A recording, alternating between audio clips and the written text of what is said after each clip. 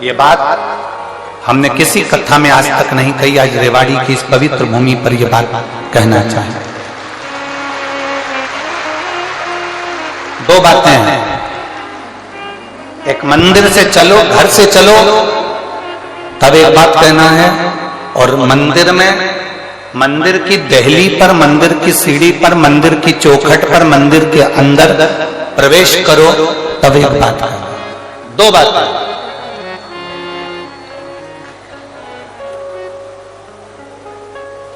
एक,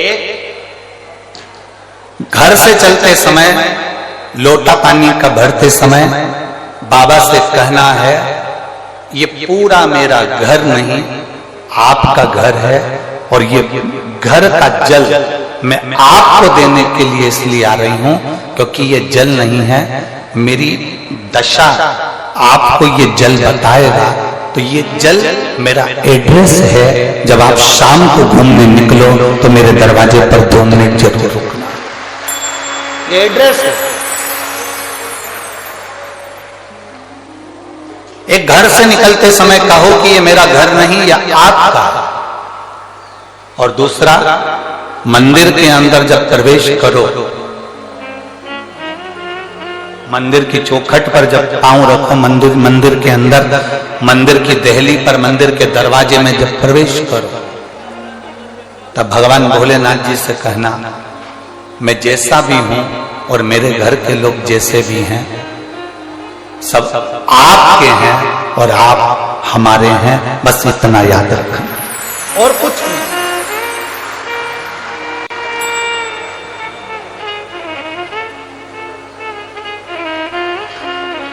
और मैंने तेरे ही भरोसे बाबा, तेरे ही भरोसे। जब हम फ्लाइट में सफर कर रहे थे, भोपाल से जब दिल्ली आए, तो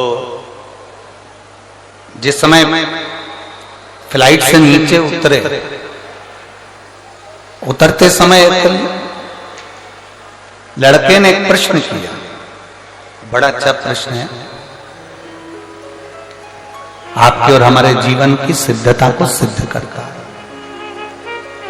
प्रश्न बहुत अच्छा है। उस लड़के ने प्रश्न किया,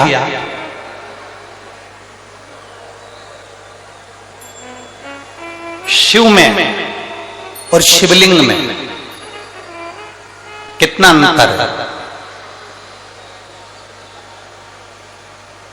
रेवाड़ी की जीजियों और हरियाणा के मेरे जितने जीजाउन बैठे हैं, बड़े सावधानी से सुनिएगा। शिव में और शिवलिंग में कितना अंतर है?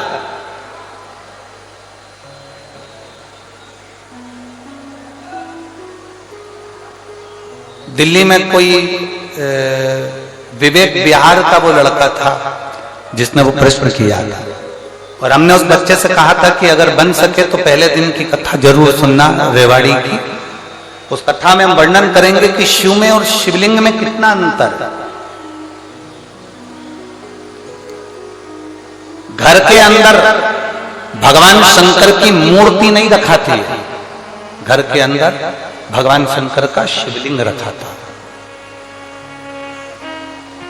आप लोगों के घर में क्या है? जम के बोलो जरा। शिवलिंग है। मूर्ति में और शिवलिंग में अंतर क्या है?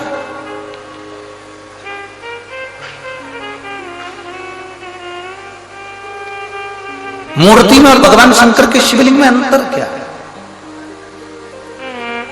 सबसे पहला अंतर तो आप अगर देखेंगे तो रावण का चरित्र उठाकर देखिए कि शिवजी में और शिवलिंग में क्या अंतर है। रावण भगवान शंकर के कैलाश धाम को शंकर जी के समेत उठा लेता है।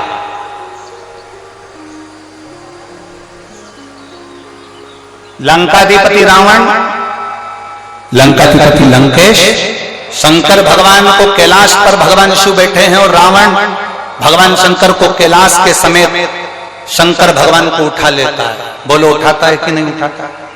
जम के बोलो जरा, उठाता है ना?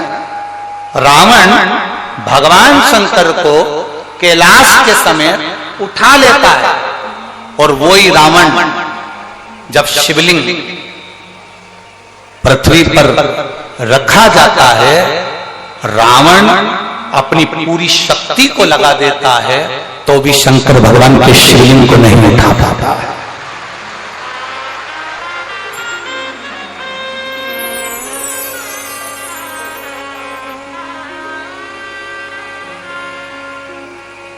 शिवलिंग नहीं उठा पाया, भगवान शंकर के शिवलिंग को नहीं उठा पाया, भगवान शंकर के शिवलिंग को नहीं उठा पाया। रावण शिव को उठा लिया, रावण ने कैलाश पर्वत को उठा लिया, पर रावण शिवलिंग को नहीं उठा पाता। आखिरी में लंकाधिपति रावण हार जाता है और शिवलिंग वहीं पर छोड़कर लंका चले जाता है, और वो शिवलिंग वैद्यनाथ जी के रूप में पूजा जाता है।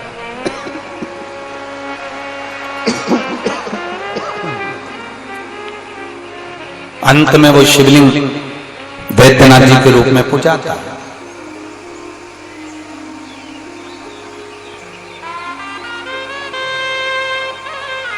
नहीं उठा वो शिवलिंग, उठ नहीं पाया वो शिवलिंग। क्यों? शिव महापुराण की कथा कहती है, शंकर जी के स्वरूप में केवल शंकर जी हैं, केवल शंकर जी। शंकर जी के स्वरूप में केवल शंकर जी हैं, और शिवलिंग का जो स्वरूप है उसमें केवल शंकर जी नहीं है, उसमें गणेश जी भी बैठे हैं, कार्तिकेय जी भी बैठे हैं, अशोक सुंदरी भी बैठी है, पार्वती जी भी हैं, शंकर जी भी हैं, जया, विषहरा, शामली वाली, दौतली, जया, ये सब भगवान शंकर की 5 लड़कियां, भगवान शिव की 5 बेटियां, गणेश, कार्तिकेय, अशोक सुंदरी, देवी, और शंकर भगवान की परिधि में जहां जल निकल रहा है उस स्थान पर 33 कोटि देवी देवता। शंकर जी के स्वरूप में केवल शंकर अकेले हैं, पर शंकर जी के शिवलिंग में 33 कोटि देवी देवताओं का बल होता है, इसलिए उठ नहीं पाता।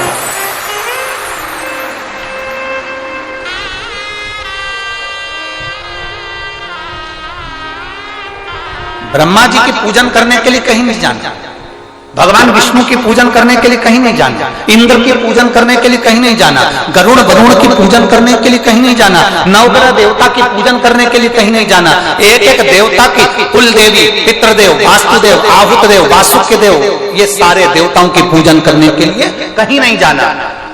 केवल एक देवादिदेव महादेव पर अगर आप एक लोटा जल समर्पित कर रहे हो तो सारे देवताओं की पूजन एक साथ में हो रही है।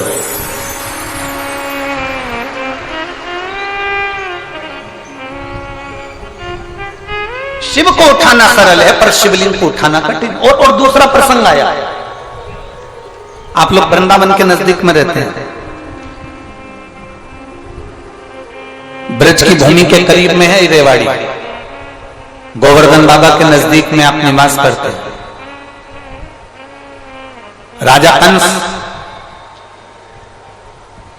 जिस कंस ने अपना उपद्रव मचाया, जिस कंस ने सब कुछ अपना बना लिया, जिस कंस ने अपनी बहन को कारागार में डाल दिया, जिस कंस ने अपने दामाद को कारागार में डाल दिया, जो कंस भगवान कृष्ण का द्रोही बन गया, वो कंस महेंद्र पर्वत पर जाकर, जिस जगह पर भगवान परशुराम बैठकर तप साधना करते हैं, कंस परशुराम भगवान को पर्वत के साथ में उठा लेता है।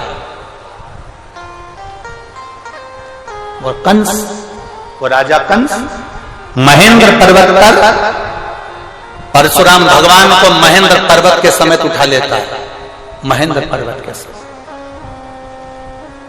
अब एक दिन कंस आया और परशुराम भगवान महेंद्र पर्वत पर बैठकर तप साधना कर रहे थे, और कंस उनको उठाने वाला, पर्वत उठता नहीं है,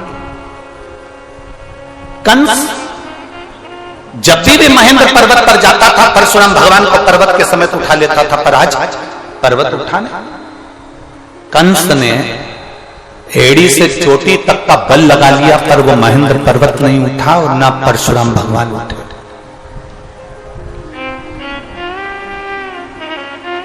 ना परशुराम जी उठ रहे हैं, ना वो महेंद्र पर्वत उठ रहा है।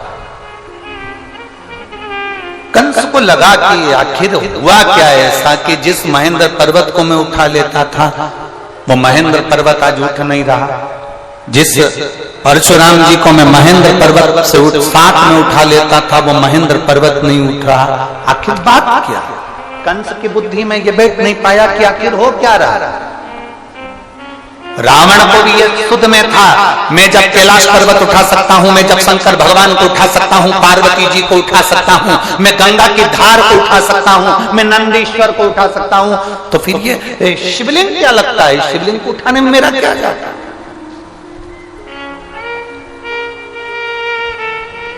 पर्वत को उठाना सरल है, शंकर भगवान को उठाना सरल है, पार्वती जी को उठाना सरल है, नंदी को उठाना सरल है, पर शिवलिंग को उठाना कठिन है, क्योंकि इसमें सारे देवताओं का बल और तत्व प्राप्त हो गया है। सब कुछ है।